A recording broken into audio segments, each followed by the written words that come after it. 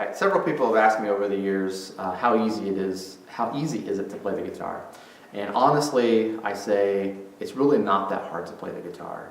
And they're like, oh yeah, right. But truly, once you learn a certain method, it is very simple. 95% of the time I play the same chords over and over and over. And with those chords I also use a capo, which we'll talk about some other time, which will change the key, make it, you can sing higher, you can sing lower. The one thing about the worship chords, I would say all but one of the chords involves your ring finger and your pinky finger, and these two are going to be planted, and they don't move, on the 3rd fret on the 2 highest strings, or the 2 smallest strings, the B and the E string. Okay, so the thinnest string and the next thinnest string. Okay, those of you that have terminology. So we're going to start with the G chord.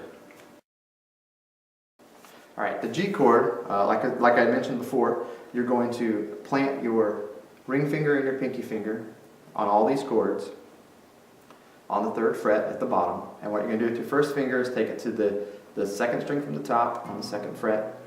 And you're going to take your middle finger and you're going to place it, or in guitar terminology, the 2nd finger. You're going to place it on the 3rd fret. All right? And the important thing with this is that you're going to want to make sure that you squeeze the strings down and you get your strings curved so that you don't hit any other strings except the string that your finger is on. Okay, so you're going to have, when you strum all 6 strings, it's going to sound nice and crisp and clean. And you don't want any of this. Okay, you don't want that sound. All right, so again, just practice that chord over and over and over, adjust your fingers until you get it. And that's the G chord. The next chord I'd like to talk about is the C.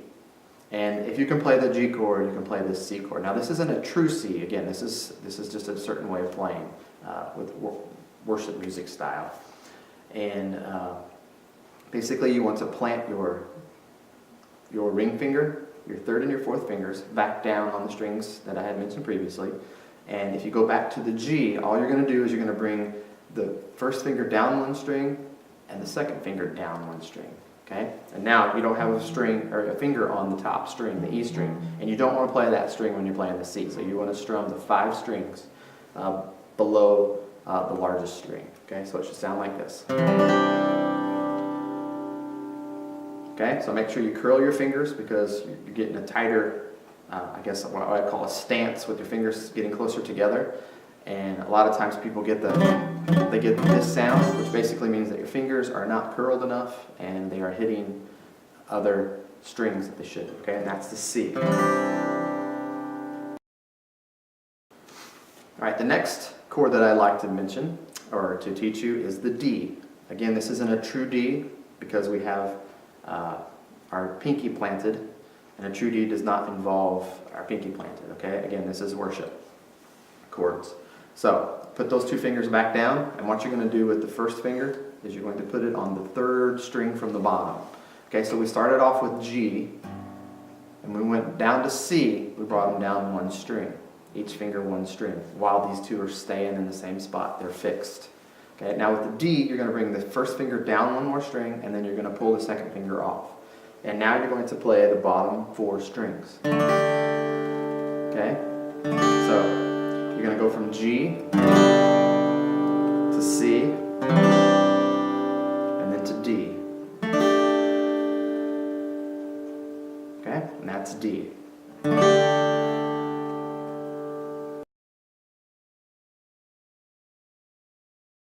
The next chord that I'm going to teach you is the E minor. So you're going to put your 3rd and your 4th fingers back down on the 3rd fret. And I'd like for you to go back to the G chord. And what you're going to do here is, once you get your fingers in place, you're going to take your 2nd finger and you're going to place it on the string below your 1st finger on the 2nd fret. So you're going from here to here, and you're going to strum all strings.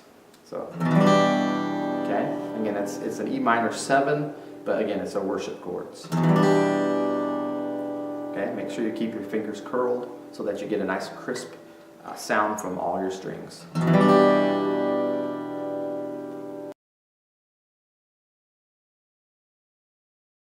So far we have gone over 4 chords. We're going to go from G to C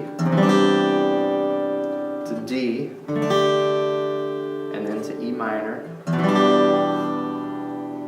Okay? Another chord that we're going to go to, and we're going to go from the E minor, is down to the A. Again, this isn't a true A, but this is an A with our fixed pinky and our ring finger, okay? So far these have not moved. So what you want to do is once you get in the E minor position is you're just going to bring both fingers down to the strings below, and you're going to strum 5 strings. You're not going to hit the top one. So it's going to sound like this. Okay, nice crisp sounding strings. So that is G, C, D, E minor, A, okay? And then a good chord to end on is just G, okay? Because that's where we started. Another chord that doesn't require you to have a fixed ring finger and pinky finger is what is an A minor 7. Sometimes you'll see an A minor 7 pop up. And what happens with an A minor 7 is you're going to take your hand off.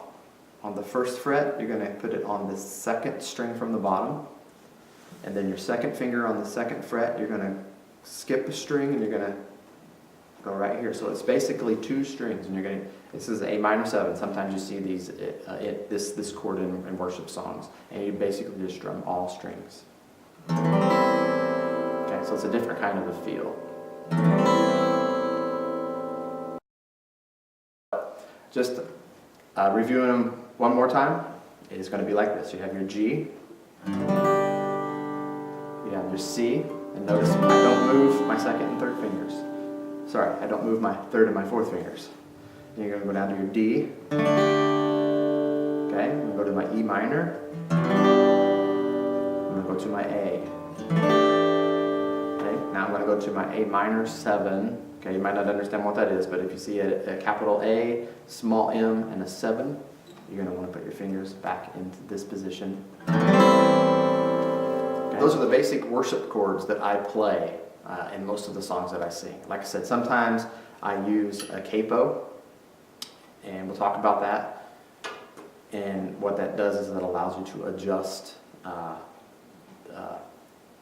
the key, I guess, makes it go up higher, so you're pinching off. So we'll talk about that next. What we're going to talk about next is using a capo, and this is a capo. This is a Kaiser capo. Everybody has their different opinions about capos they use. I've always used the Kaiser capo, and basically what it does is it takes the nut, which is this white piece of the guitar, okay, and when you capo on, it moves the nut basically to this fret. Okay, so you go up a half a step, you go up another half a step, which is a whole step because you went up 2 frets. Okay, you might not understand that musically, but basically what I want to mention: if you put the capo on the 2nd fret, you're going to be changing your key of G to the key of A. Okay, now the thing that most people don't understand is we're still going to play the same fingering with the G and the C and the D and the E minor and the A. Okay, still the same way, but the thing you need to make sure that you understand is that there's going to be, this is now fret number 1, this is fret number 2, this is fret number 3.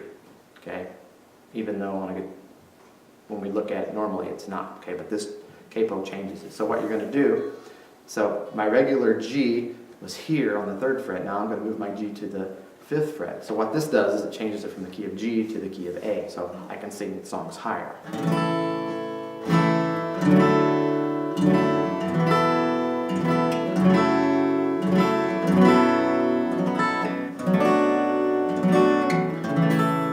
Okay, same principles applied. I move it up 2 more.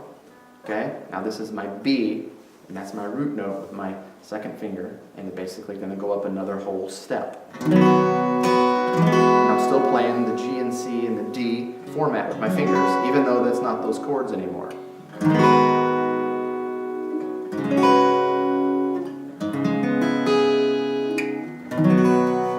Okay, so once you figure out how to use a capo, it gets really easy. Now, a lot of guys when they write music, they'll write it in the key of B, and you're like, well, I don't know how to play the key of B. But yet, if you can put a capo on the 4th fret, and you have the form of a G with your fingers on this, okay, that's a B. Okay, so you change all of that, so it's a lot easier than you think. So I'm just going to wrap it up with that. I don't want to throw too much stuff at you at one time. So if you have any questions, feel free to contact me at keith@daringtostsoar.org. I'll be glad to set you up with any other information, or share some other videos, or make another video of something, or point you to another person online on YouTube that can teach it as well. So, all right, hope that works, and I hope that makes playing easy. Remember, keep practicing, because the more you practice, the better you're going to get.